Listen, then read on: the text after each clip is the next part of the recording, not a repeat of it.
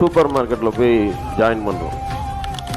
வெறும் 2000 ரூபா சம்பளத்துக்கு ஜாயின் பண்ணுறோம். வேலைக்கு ஜாயின் பண்ணுறோம். வேலைக்கு ஜாயின் தொழில் ஒரு தொழில்னா வேலைக்கு ஜாயின் பண்ணுறோம்னா எப்படின்னா அதில் ஒரு பார்ட்னர் கூட நம்மளுக்கு வந்து சேலரியும் சேர்த்து கொடுக்குறாங்க. பார்ட்னர்ஷிப்பில் வந்து லாபம் வந்தால் தான் லாபம் கிடைக்கும், இல்லைன்னா லாபம் இல்லை. இருந்தாலும் மந்த்லி நம்மளுக்கு சேலரியாக ஒரு 2000 கொடுக்குறாங்க.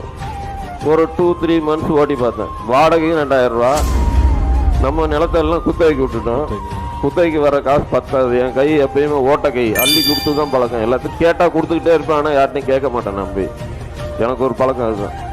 கேட்டால் கொடுப்பேன், ஆனால் நான் போய் நம்மகிட்ட கேட்டு யார்ட்டையுமே பழக்கம் கிடையாது. இருந்தாலும் அப்படியே ஓடிக்கிட்டே இருந்தது.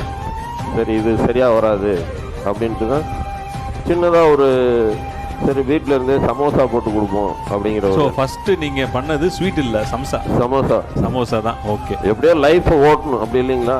லைஃப்பை வந்து ஓட்டணும், யார்ட்டையும் போய் காசு கேட்கக்கூடாது.